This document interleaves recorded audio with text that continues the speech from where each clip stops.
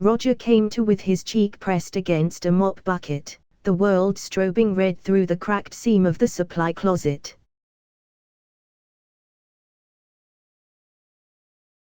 The smell hit first, burned circuitry, ozone, and the citrus sting of industrial cleanser that clung to his coveralls. Somewhere beyond the wall, a pressure bulkhead wailed and locked with a boom that shook dust from the ceiling.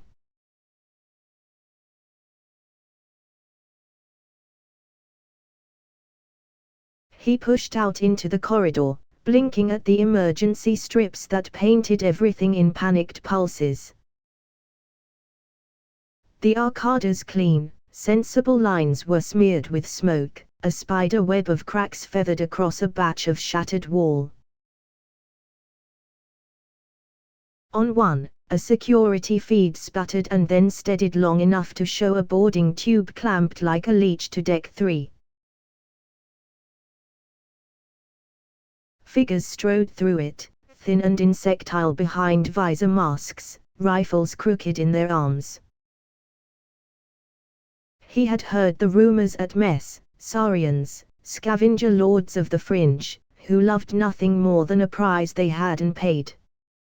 He swallowed, wiped his hands on his thighs, and realized he'd already armed himself with the only things he owned, a battered multi-tool, a roll of hazard tape, and a mop handle shaved smooth by years of boredom. He kept to the shadows, sliding along the corridor where the carpet was buckled by heat and the smell of melting insulation made his eyes water.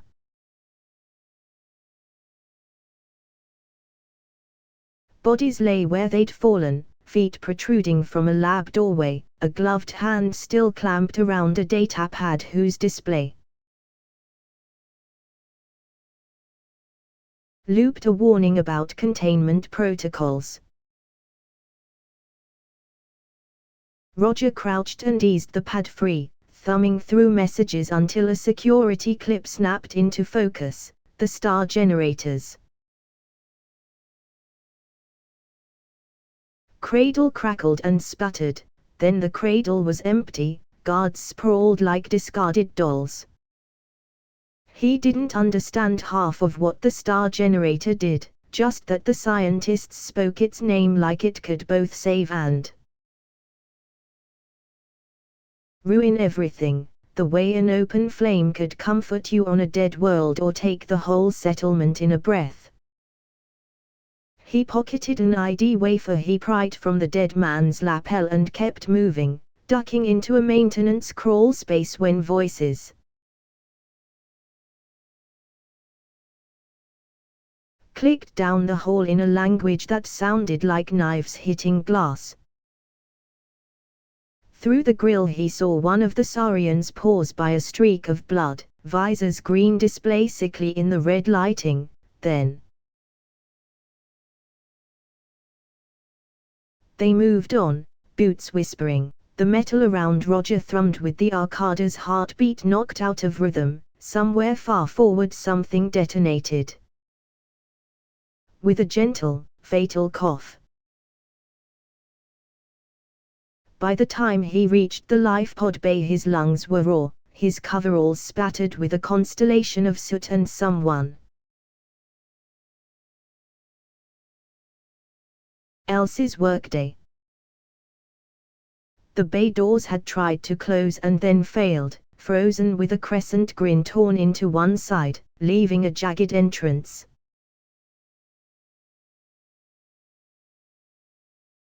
That breathed cold into the room. 2 pods were already gone, one hung open like a gutted fish, its control panel dead and its guidance gyros scattered in a glittering heap. The last pod sat waiting, cockpit light pulsing the slow, greedy beat of a machine that wanted a decision. A comms officer slumped beside it, eyes glassy, breath an ember in a cold grate.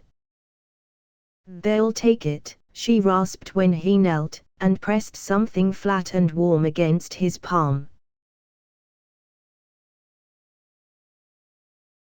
"They'll use it. Don't let them." The object was a mag key, slick with blood. Roger locked it into the panel and the pod's systems flared awake, filling the cabin with a comforting wash of numbers and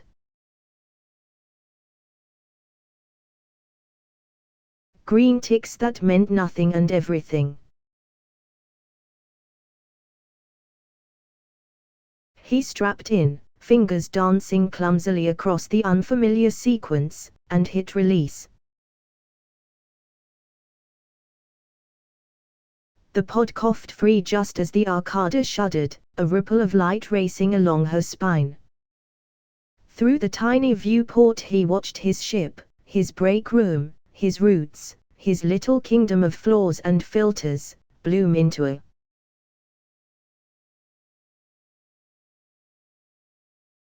terrible flower. The shockwave caught the pod and tumbled it, stars wheeling, the nearest planet swelling in the glass like a gold coin found in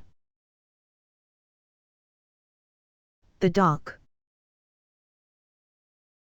As the heat shield lit and the hull began to sing, he pressed his head back and whispered a small, foolish promise to an empty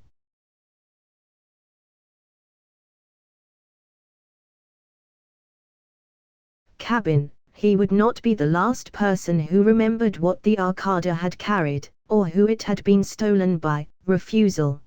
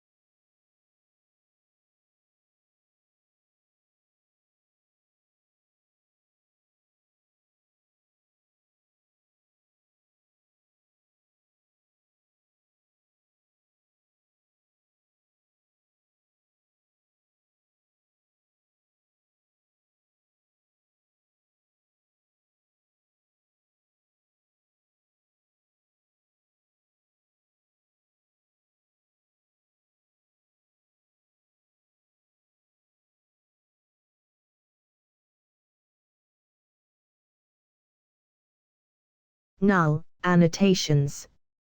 The pod hit hard enough to make the restraints bite his chest and shoulders, then skipped, shrieked.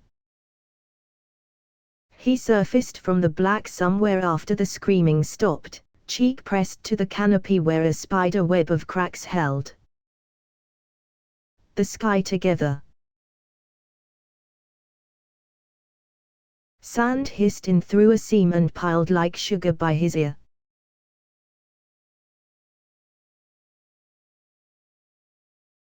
Outside, the world was a sheet of bleached gold beneath a pale, washed-out sun. A second, smaller disk lurked lower on the horizon like an afterthought. The pod's panel blinked a single insistent red, distress, broadcasting splayed across the band like a flare in the dark.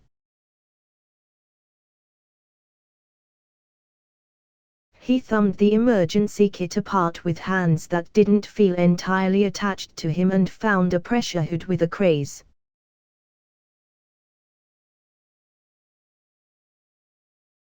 In the visor, 3 ration gels that tasted the way a cleaning supply closet smelled, a stubby flare, and a beacon battery that coughed rather than hummed. He yanked the panel, found the transmitter lead, and wrapped it in hazard tape until the light died.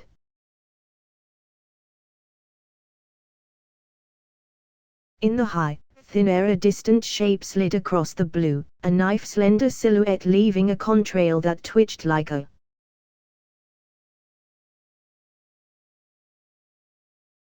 whipped ribbon. Saurian scout, or his imagination already inventing ghosts. Either way, he wasn't waiting to be found. He stepped into heat that pressed on him like a hand. The sand was too fine, eager to swallow him to the ankles, so he used the mop handle like a staff, testing each step, feeling absurdly like a pilgrim whose god had exploded behind him. The desert wore the passage of the Arcada like jewelry, glassy plates where wreckage had flashed the dunes to obsidian, a string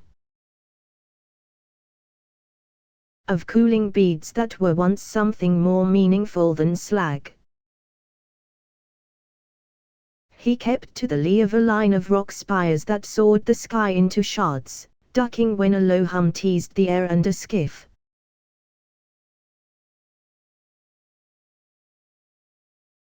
scythed past, its belly winking with sensor ports. He pressed himself into shadow and palmed dust onto the hot curve of his pressure hood until he tasted grit between his teeth. And the scanner's sweep moaned by without pausing. When he finally dared to move, he almost tripped over a half-buried sign, its paint flayed by sand but still enthusiastic. Uhlans Flats, games, parts, cold drinks, legal salvage. A tangle of long dead neon winked in the sun like fish bones. He followed the suggestion of a road, half-sunk pylons marching into the heat, the stubs of a guardrail bitten away by time, and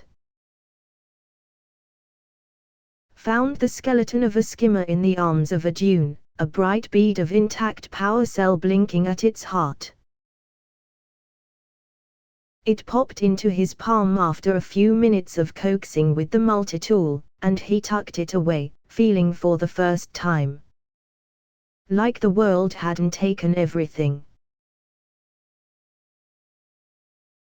The desert ended because the ground decided to remember that once it had been rock. A sinkhole yawned at the base of the spires, breath of something cooler sighing up from below.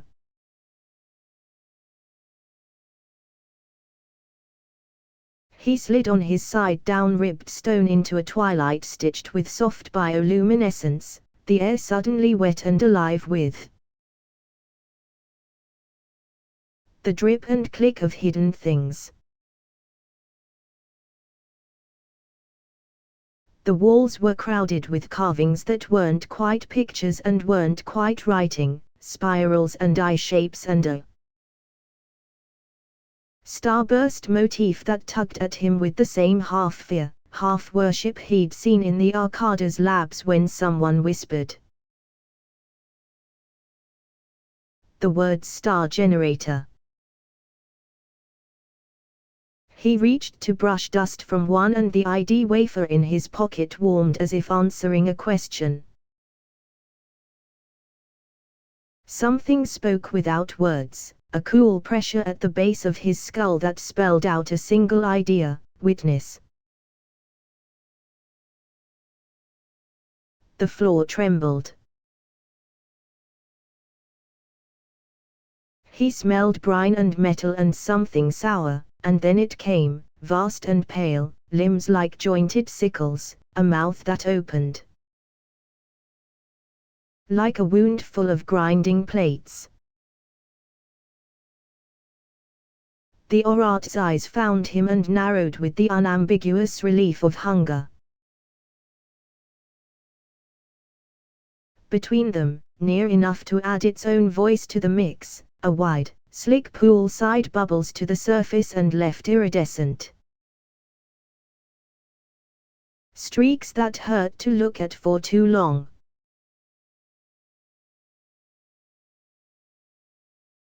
Roger's gaze flicked from beast to pool to the brittle lace of crust around it, then down to the mop handle and the roll of hazard tape at his belt. "Okay," he said, because it was either that or scream, and began to edge backward, waving the mop like a matador's cape.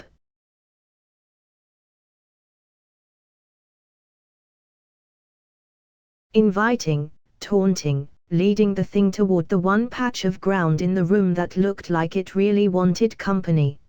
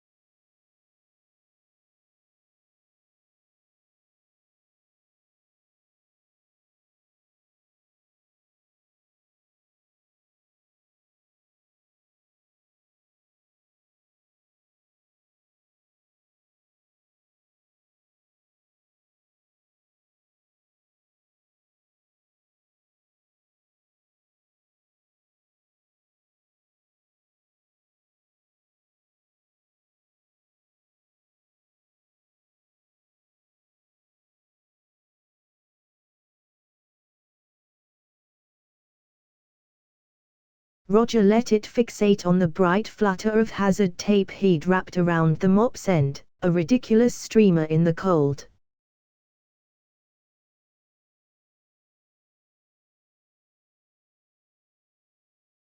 glow, and retreated to the edge where the crust around the pool went thin and sugared with crystals. The thing fainted, fast as a swung blade, and he stumbled, heart jerking into his mouth. He shoved the taped mop head out over the iridescence and shook it like a lure.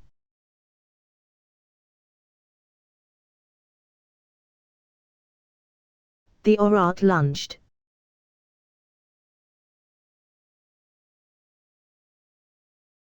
The brittle lace held a second, two, then sighed and collapsed, the monster's weight punching through with a sound like someone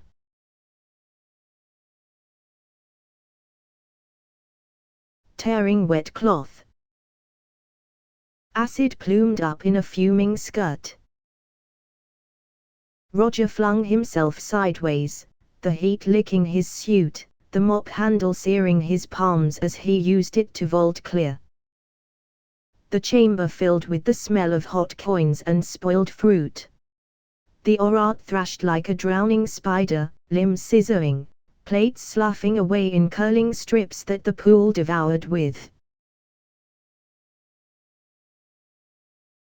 greedy kisses. It was over quickly because acids are decisive. What remained was a jittering rain of pits and a single curved shard of chitin that had fetched up on a spur of safe rock, ticking as it cooled.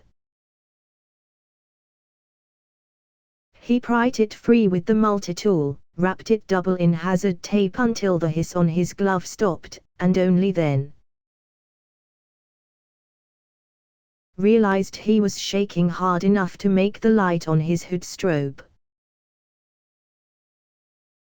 The whisper pressed neatly into the back of his skull again, witness, and the ID wafer in his pocket warmed against his chest as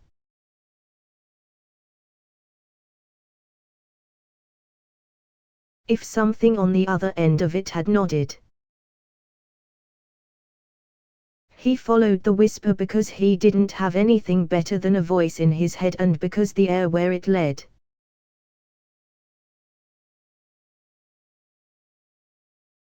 smelled less murderous. The passage widened into a rotunda cut from old stone and careful patience, the ceiling scalloped like the inside of a shell.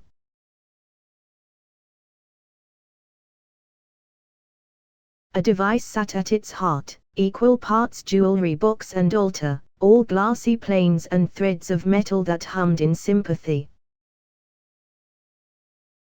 with the wafer when he drew it out. Light lifted from the device and cohered into a figure that wasn't a figure, a collage of eyes and spirals that resolved more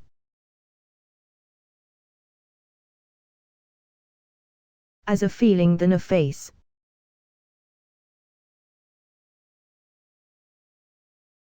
It spoke without words, which Roger was beginning to prefer. They had watched the sky. They had watched the Arcada burn. They knew the name of the stolen thing and the story it had been promised, the way a seed is promised to soil. "Bring us the proof," said the pressure in his thoughts, and he held up the taped, stinking shard that had been a part of the art a minute and a lifetime ago.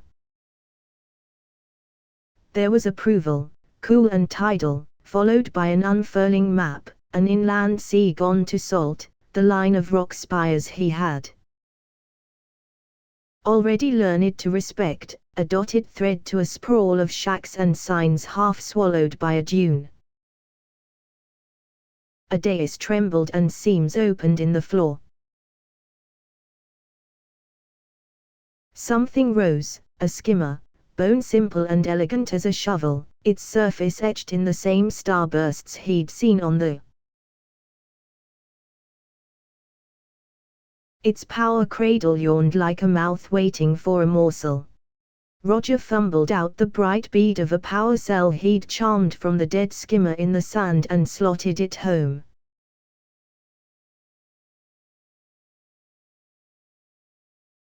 The machine took breath. The voice softened, full of caution. "We cannot touch the thieves. We have done our part. You must go to the place of noise and lights, bargain with those who love the smell of grease and money, and find the path to the black ship that eats light." He thought of the security clip, the empty cradle, the way the scientists had spoken around the star generator as if afraid they might call it down by accident, and he nodded because he did not have a heroic speech and because the skimmer's hum made yes feel like motion. He shot out of the sinkhole on a cushion of steady air, the skimmer skimming like the name promised, dunes becoming waves he learned to surf by instinct and terror.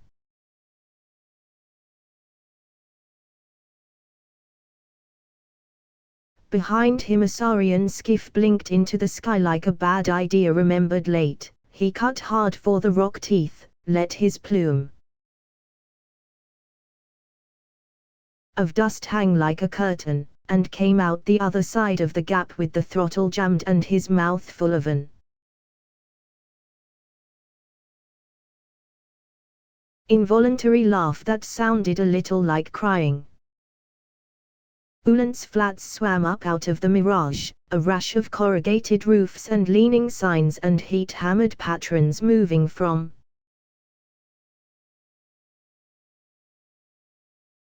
shadow to shadow. The long-dead neon he'd glimpsed earlier still winked in the day, stubborn as a habit. He parked where things too broke to steal were abandoned, palmed the skimmer's power cell as a precaution, and stepped into the town's shade. It smelled like old coolant, spilled beer, and the optimism of rigged games.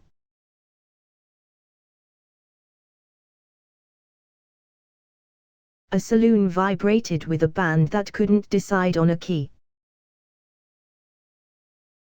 A parts yard advertised droids and drives with hand-painted certainty, "Droids be us, no refunds, no returns, no lawyers."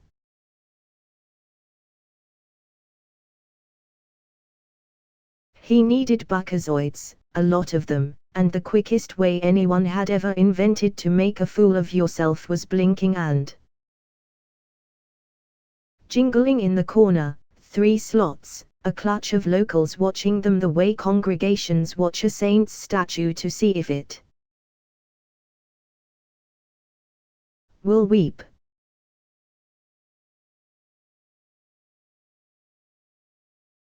He fed the last of the Arcada's petty cash he'd scavenged from the emergency kit into the greedy slot and let the handle drop. Lemons and planets clicked and tumbled, the machine coughed, and Buckazoids chattered into the tray in a golden rain that made the room turn its head. Roger grinned despite himself, then let the expression fall away with the speed of a dying star as the door's shadow stretched.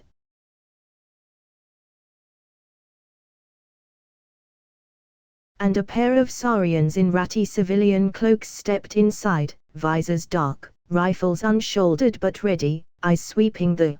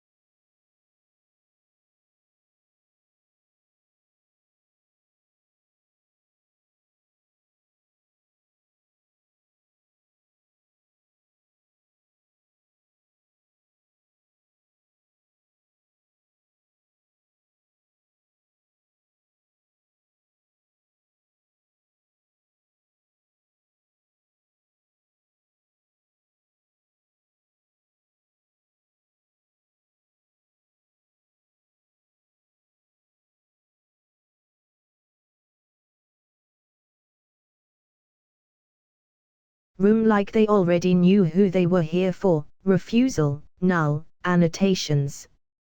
He scooped the Buckazoids with the desperate dignity of a man pretending he'd meant to win that much, jammed them into the thigh pocket of his coveralls, and tore.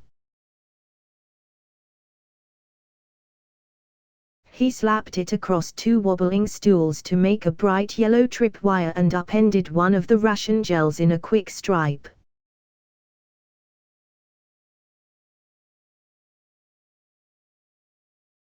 That glistened on the floorboards like slug slime.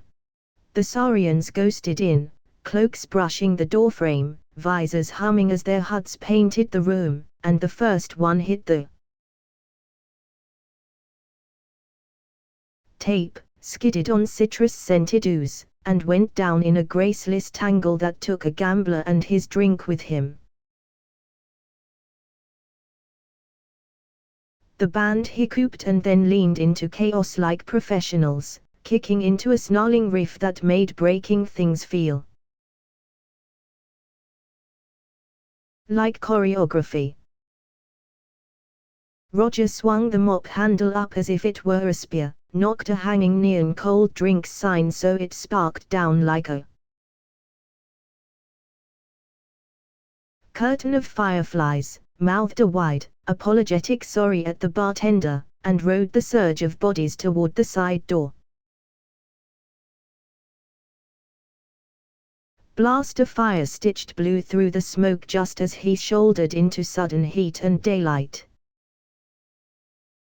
Droid's BS had the air of a pawn shop that had learned to speak binary. Heads stared from shelves with polite interest, torsos dangled like wind chimes, and somewhere a diagnostics tone beeped steadily at a frequency calibrated to encourage poor decisions. The clerk, tall, peeled-looking, wearing a vest whose pockets were all full of the wrong screw, blinked at Roger over a counter. Scarred by countless returns no one had honored. Navigation. Cheap and mostly sane, Roger panted, and the clerk steepled his fingers like he'd been waiting all day to hear that exact sentence. He rolled out a squat cone with a photoreceptor like a bruised coin and a panel labeled Astro Assist MK4, recalled.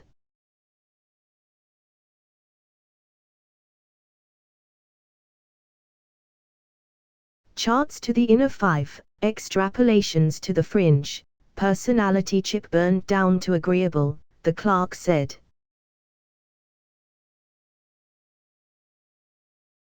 He won't call you meat unit unless you deserve it. They haggled in a tight, whispery exchange that left Roger lighter by almost every buckazoid and the skimmer's yanked power cell, which the clerk took like a sommelier accepting a rare bottle. The droid whirred to life with a friendly bing and said, "Captain,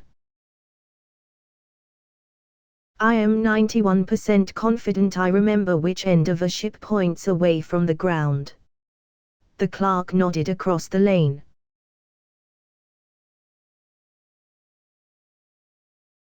With his chin.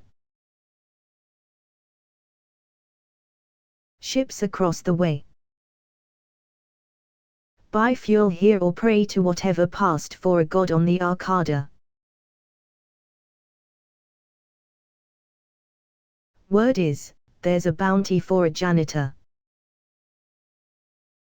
The used ship emporium was a mirage of glossy banners hung over a lot full of things held together by optimism and rivets. The salesman arrived in a cloud of cologne and promises, all teeth and handshakes, addressing him as commander like a reflex.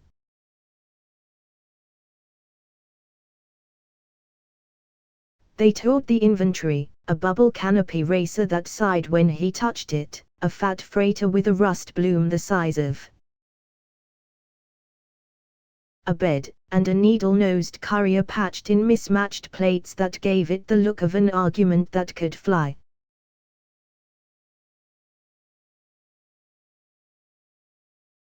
"This little Vector Vixen is a steal," the salesman cooed, thumping a panel that didn't fall off. "Runs hot, drinks light, universal nav jack." The droid rolled forward and extended a plug with something like eagerness. The ship chimed, liked what it felt, and allowed the union. Roger counted out the last of his buckazoids with fingers that wanted to shake, signed a waiver that absolved the lot of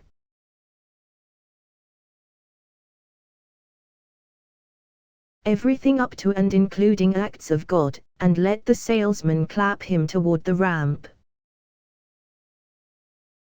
Boots thudded at the end of the rail, visors catching sun, cloaks flaring, and the droid said, calm as a lullaby, "Threat vectors.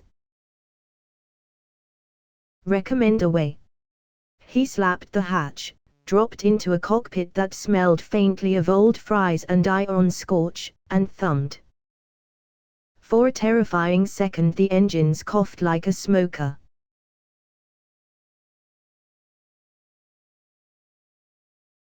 Then they caught a clean, hungry roar lifting him into a sky that felt too big for one person. Ulan's flats dwindled to a tatty postcard.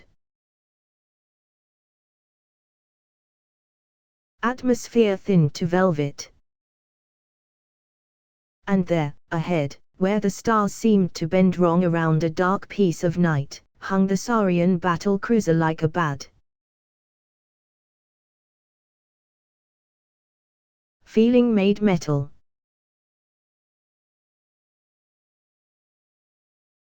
Roger set his hands, felt the tiny bump of the droid locking a course, and whispered another foolish promise into the hum. He